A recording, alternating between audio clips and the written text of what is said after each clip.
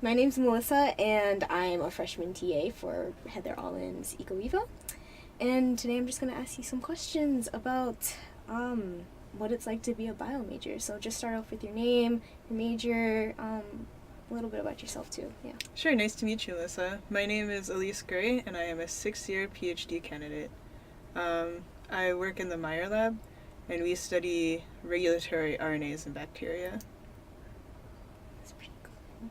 So how did you decide to go into biology? Just give me your bio story and let me know. Yeah, so I've always been very driven by curiosity. So even as a little kid, I like spending a lot of time outdoors, looking for animals, getting to be able to or identify plants, that sort of thing. And actually, one of my good friends growing up, her parents were both biology professors. And one day on, I think it was a Take Your Daughter to Work day, and I was not their daughter, but they were like, come on into the lab and we'll show you around. And I got to hold a pipette. I was about 10, and I thought it was just amazing. I thought it was really cool. And later I went to a math and science camp for girls that was actually just put on by parents from my elementary school. And I learned all sorts of different career paths. There's an airline mechanic, there were a neurobiology professor, engineering, and it just really opened up a whole world to me of possibilities. But I really never lost that connection to the natural world. And so that's why I chose to pursue biology. So I'm sure you've gotten, are you the pre-med question? So how did you kind of break out and be like, I just want to do me, you know? So I did think about being pre-med. I think doctors are amazing. And one thing that really drives me in my life is I have a fascination with puzzles and mechanisms. And certainly when you're a doctor, really what you're trying to do a lot of times is solve a puzzle. And so that's definitely a career path I was interested in. However, I realized really quickly that I wasn't really interested in people as much as a doctor should be. I relate. As much as a doctor should be. Totally And so I was like, I think I want to solve puzzles in a different way, and I looked into getting involved in research. Wow. Great answer, good answer. It's a good thing to know about yourself. It is probably the most important part of being a doctor. Good that you figured it out. So when did you really figure that out? Like, when did you know, I want to go to grad school and I want to continue doing that? So I was actually at my cousin's wedding, and I was a bio major, so I think I was a sophomore at this point. And one of the people there was a postdoc who studied worms. And of course, no one wanted to hear about worms at this wedding, so they were like, hey, you go talk to this guy. Talk to him about science. It'll be great. And I talked to him, and he was like, wait, what do you mean you're not researching in a lab and you're already a sophomore? You really should get into a lab. And so I was at this wedding, and all I could think about was, oh no, I gotta get into the lab. So I went back, and I started looking for research opportunities, and I joined a lab my sophomore summer, so going into my junior year. And that was an incredible experience. I got my own project. The lab was pretty young, and I got to take the project from kind of almost its conception all the way to getting it published, and I got to present it at a conference. Oh, wow. So that was a really incredible experience for me.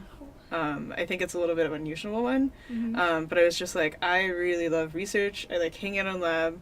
I like doing something different every day, and most of all, I really like when you do an experiment and you get a result, and you're the first person to know something in the entire world, which is a really cool feeling. That must be a really cool feeling. Oh, wow. Now I want to do research.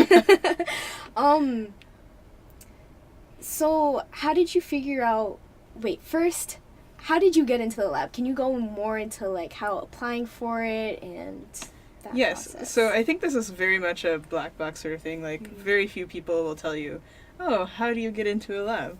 And so the process at my undergrad was I actually found out through a friend that there was a binder somewhere in someone's office of professors who were looking for undergraduate researchers.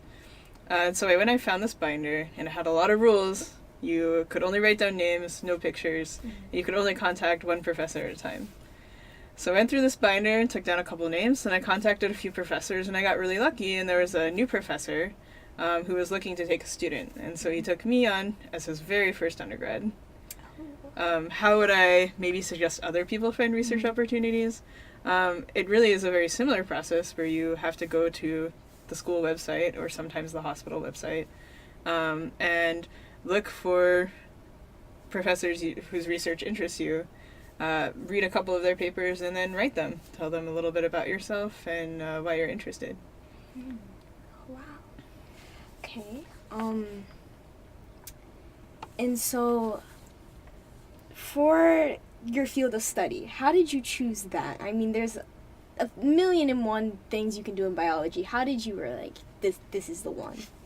Yeah, so I think it's an interesting question because some people really truly do choose their area of study and they're like, I am interested in fish, so I'm going to study fish. Some people take the path I did, which is it's way more jumbly.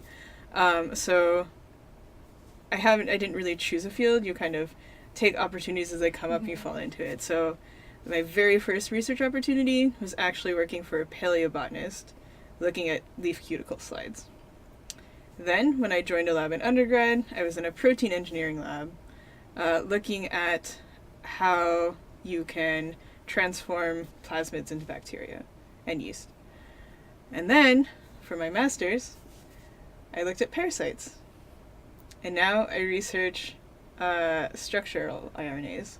So that is a very wide range of biology. And most of this came up with just like, someone's like, hey, can I tell you something interesting? I'm like, yeah, sure. I want to learn more about this. Or, oh, I really enjoy working with you. I'd like to work with you more. Oh, wow. Okay. So I didn't choose it as much as I chose my circumstances. Mm-hmm. This is what I ended up studying. But I am very passionate about what I research and about what I do. So I want to ask, was it like intimidating when you first walked into the lab and you're like, oh no, what did I get myself into? All the time. Okay. Sometimes it's still intimidating. I guess that will never change. So how did you get over that initial intimidation? And like, did you feel like you were prepared for the lab? Or did they prepare you? Just tell me a bit about that. Yeah, so I think I was lucky in that by the time I was an undergraduate researcher, I had at least been in a lab a few times. So like I said previously, once when I went in with my neighbors into their lab, and then also when I was researching with a paleobotanist, which I did the summer before I entered college. But it does take you a little while to adjust, because it's a weird combination of school and a professional environment, and it's one with a lot of dangerous and working parts. So.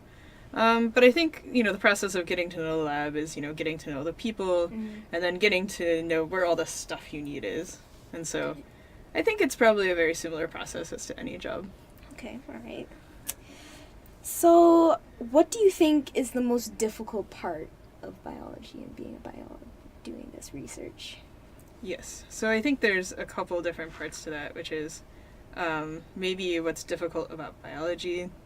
And I think what's difficult is that biology is very chaotic. We work with living things that are constantly changing, and often in ways that we sometimes can't predict or in ways we don't understand. And so unlike, for example, a chemist who has a synthesis or a physicist who's working with machinery, and those experiments can be very well defined in advance. But sometimes with biology, even with the best planning, you don't know what's going to happen. Something just might, whoops. Which sometimes that can be really fun, because sometimes you end up finding something that you wouldn't have otherwise. And sometimes you just have to learn from what happened and then redesign your experiment.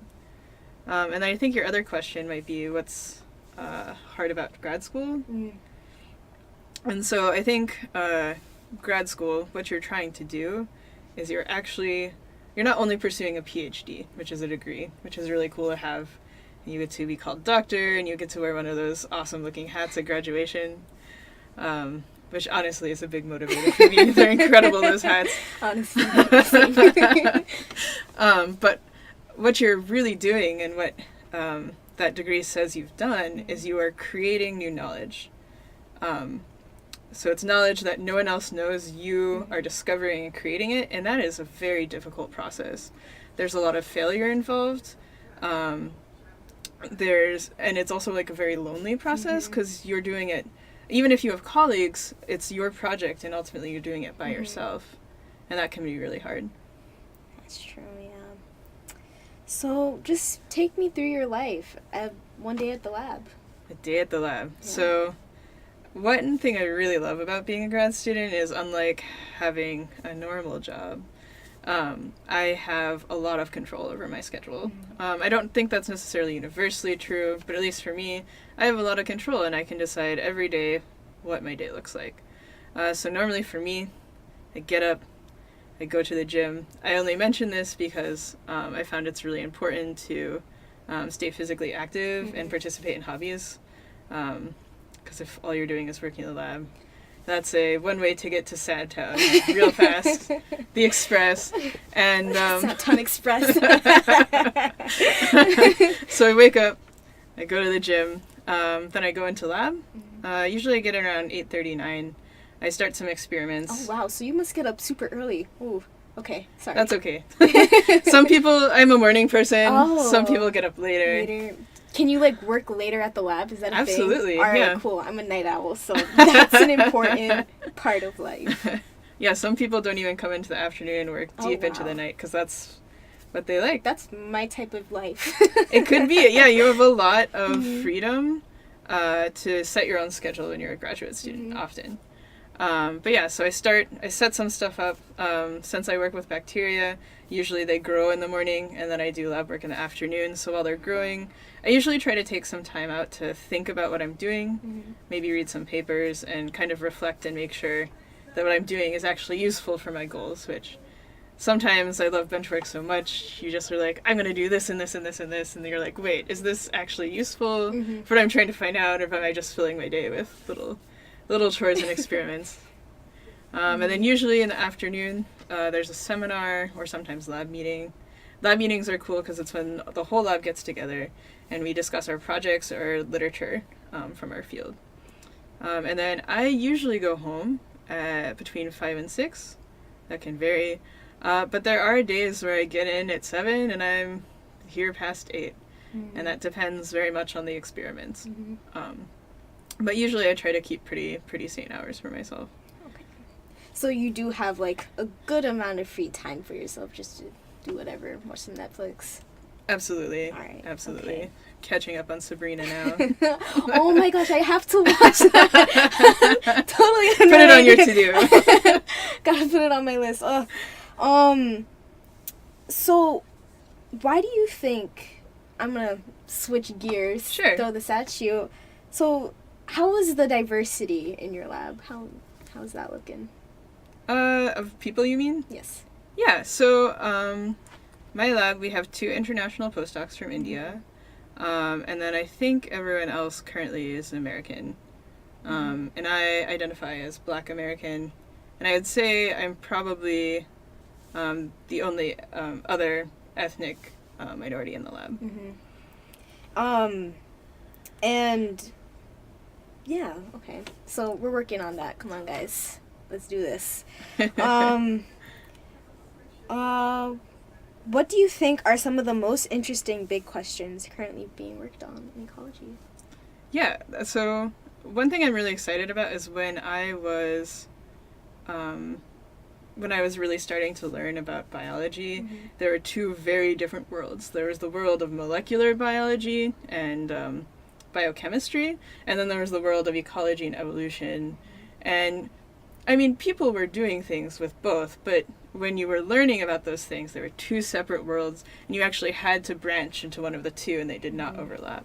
And so one thing that's been really exciting for me as a microbiologist is now there's this whole new interest in microbial ecology, where we're now, instead of just looking at microbes in culture, we're actually looking at them in their communities where they live natively, which I think is incredible. Incredible. So we're going to switch it up again. Okay. And whatever failures you're comfortable with, any setbacks that you've experienced through this entire journey that you want to share? Yeah, there's been quite a few. And honestly, being a scientist is way more about failing than being successful. as far as, absolute numbers of things. So I fail most of the time. But then the success, that's what everyone hears about. So sometimes that's hard, learning to be comfortable with failure. So one failure I think I had that I can share with you is that I had this project that I was really interested in. I worked hard on it for about a year. The initial data looked very good, and I still stand by it. But when we moved on to another part of the experiment, looking at the project in a different aspect, those experiments always failed the controls. And so that meant that we decided not to publish that project, and we discontinued the project. And that was sort of hard for me because I poured a lot into this project, and I was really excited about it. And I do still stand by the data from the first part. But I had to move on. Yep. So would you ever consider going back to it and trying again? I think with the resources I have now, it's probably not worth it. Which is unfortunate because I think it's an interesting project, and I think I know what the answer to the question is, but I can't support it well enough to publish. But now, so I took some time off, had a little vacation, which I think, by the way, is underrated time off. No one ever admits that they do it, but I think it's so critical, taking time off to reflect and kind of, settle yourself as a person before moving on. This is BC, we're all about reflecting. That's right. Yep. So and then I started some new projects, and they're going pretty well. And I'm very proud of how they're going. So if you could go back in time, take a nice time machine, if that was possible, what would you tell your first year, second year self? What would you let them know? Oh man, there's so much I didn't know. So much. So I think one thing I didn't realize was just how important it is to learn how to advocate for yourself, which also, when you're a scientist, that means advocating for your ideas and defending your data. And so I was a little shy going into graduate school, a little reserved, kind of what, someone might think of as a stereotypical scientist. Yeah. I mentioned before I wasn't good enough at people to go to med school. So I really had to work on communicating and work on speaking up. That's something I still have to work on today. Could all see some of that. How has your identity, you say you're a shy person, well, how has other aspects of your identity affected your biology path? Yeah, so like I mentioned before, I'm Black American, and so it has been hard because the further up you get, the fewer people that look like you there are. And so that kind of does contribute to the loneliness. And also it makes you feel like you have to be extra good at what you do at all times, or else someone will say, oh, is that what they're all like? Ugh, I'm not going to give any of them a chance. You're like the representative of all. Exactly. That's a big burden. And so that has been stressful for me, and I've had to find, ways to cope, like going to the gym or investing in hobbies that make me feel good about myself. But on the other hand, that's also helped me by giving me traits such as grit and perseverance, which are really important for completing a degree. And also it makes me more aware of the bias in science. So a lot of times the questions in science we ask, they're dependent on the people. And if you have a lot of the same sorts of people, that really limits the kinds of questions that you can ask. And so being a little different from other people, I can be like, oh, why are we asking the question in this way? Or like, what about this aspect? So it makes me more aware of that. And it also makes me more aware of how science and what we find out in the lab, which seems like a very isolated environment and is somewhat designed to be, affects communities outside of the lab. So you mentioned how isolated everything is in a lab. So what kind of support systems do you have outside of the lab that help keep you going? Yeah, so right now I have an incredible support system, but it was not always that way, and I had to really work to make that support system. But right now, so academically, I really like my advisor, and she is such a great source of support for me. And then I also have other faculty members in the department, some on my PhD committee, which is a committee that's supposed to help you through your degree. Some of them are on that committee, some of them are not, and some of them I just go talk to about science or about being a scientist, and that's really nice to have that support. Other grad students and postdocs, we like to hang out, we like to commiserate and complain. It's part of the fun, and it helps you feel more connected. And then I've really tried to maintain and make friendships outside of the lab and outside of BC, just so I have people who, they don't want to talk about science. Yeah. They want to just, like, oh, let's go shopping, or oh, let's go kayaking. Something that's just completely different, and so I still have a connection to the outside world. Yeah. And then, of course, my family's been incredibly supportive, although sometimes it's hard because no one in my family has gotten a PhD before, so they don't really understand the process. They're like, oh, well, what's your timeline? When do you graduate? Why aren't you done yet? Like, you have to do what? Are you a student? Do you work? It's confusing, but also they're just endlessly supportive of me and my goals. That's very nice. Let's see.